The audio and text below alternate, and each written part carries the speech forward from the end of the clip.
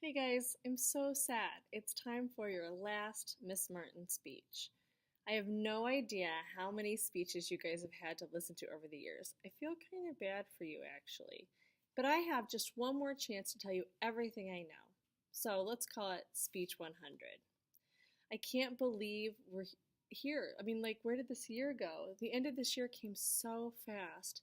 What about the last 7 years? The last time I looked, you guys were all 5 years old and scared of me. You were so cute when you were 5. Do you remember how scary it was to start school for the first time? Well, think about it.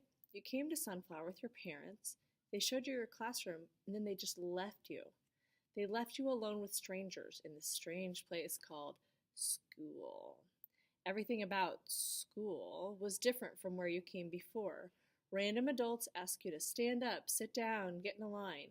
Some of you then, and even now, think that it's really weird to raise your hand every time you speak. Okay, I'm not that good at that either. Well, you're about to make a big switch again. There's going to be a lot of things about middle school that don't make any sense. For instance, why do we give students lockers but we don't give them time to use them?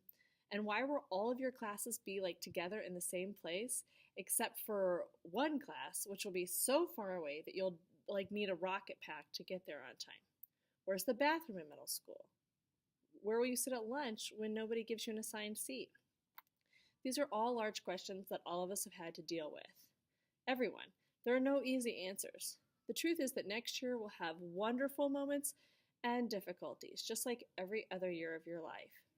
I'd like to give you some advice to help with you next year and beyond. First of all, look for the good in people and you will find it.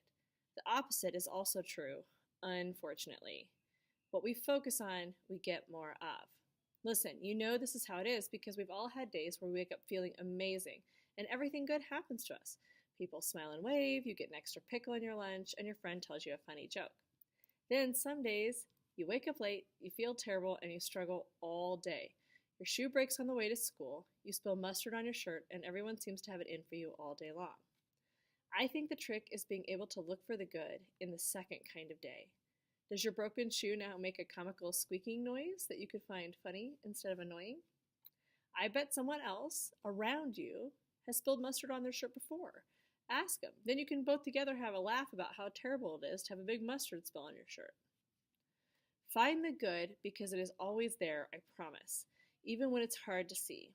Joy is a choice, and it's going to be especially hard to make that choice when everything is new and scary and different, and I won't be there to remind you that you are actually a lovely person with a great heart who just happens to have mustard on their shirt right now. Adam Young from Owl City says, life isn't how you survive the thunderstorm, but how you dance in the rain. Second piece of advice, work hard. I mean it. You have to work really hard, way harder than you think you need to. Even if everything goes terribly wrong, if you worked really, really hard, then you could probably say you have no regrets. This is what it really means when people said, I did my best. What they really mean is that they stayed up late, they haven't watched TV, they haven't spent time with their friends in 3 days because they've been too busy practicing / building / writing something in every spare minute they spent on this project because they wanted it to be the best it could possibly be.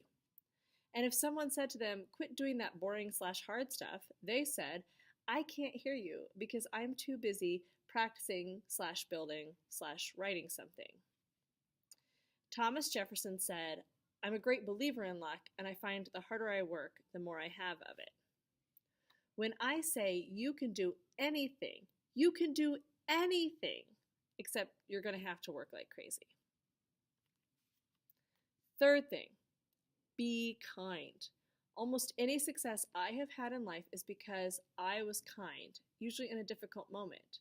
Even this job, that working here, was because somebody already worked here who knew me and had witnessed me being kind in a difficult moment in my life. I really thought no one was really paying that much attention, but really, they were, honestly. The people around you are affected by what you do. They are your future neighbors, friends, coworkers, and maybe even your future boss. Maya Angelou said, I've learned that people will forget what you said, they will forget what you did, but people will never forget how you made them feel. Boy, is that true. Most of you have already forgotten what I've said at the beginning of this final Miss Martin speech, but the way we treat each other is really what changes our lives, especially be nice to someone who doesn't deserve it. Anyone can be nice to someone who's nice to them. Impressive people who change the world are nice to the meanies.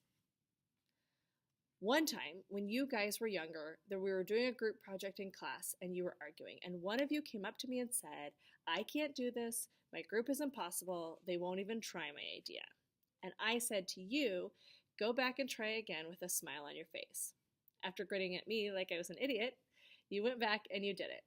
And the whole group just melted and listened to you. This moment was one of many in my life that convinced me the power of a kind word or a smile. And it wasn't the only time I've learned this from you guys. I've seen it happen all the time.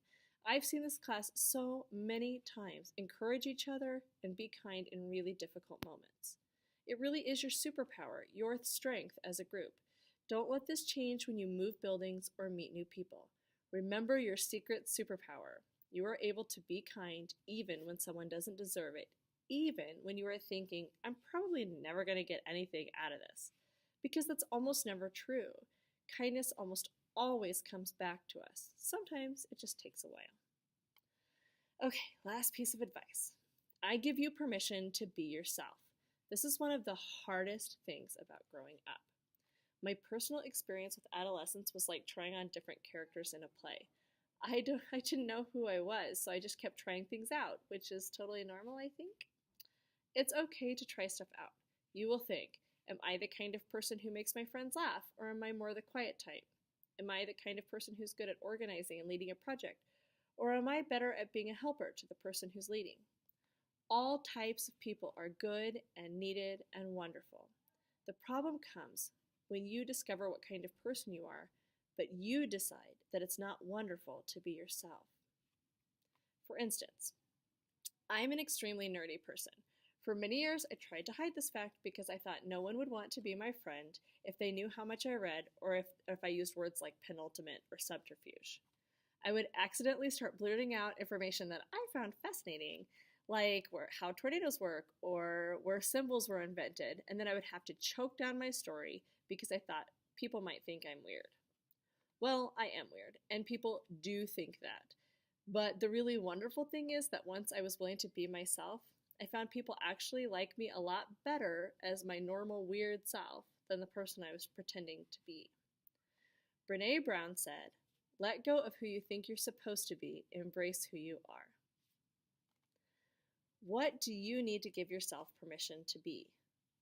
Brené writes herself permission slips on sticky notes. Do you need permission to be silly? How many times have we all gotten made fun of because we were being silly and someone tried to tear us down?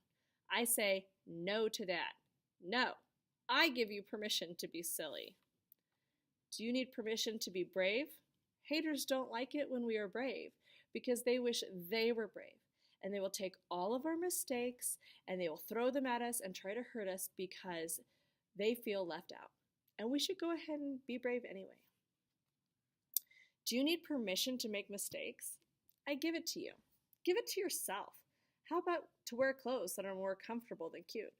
Or to love your family and be proud of that? All of these things are what make you, you.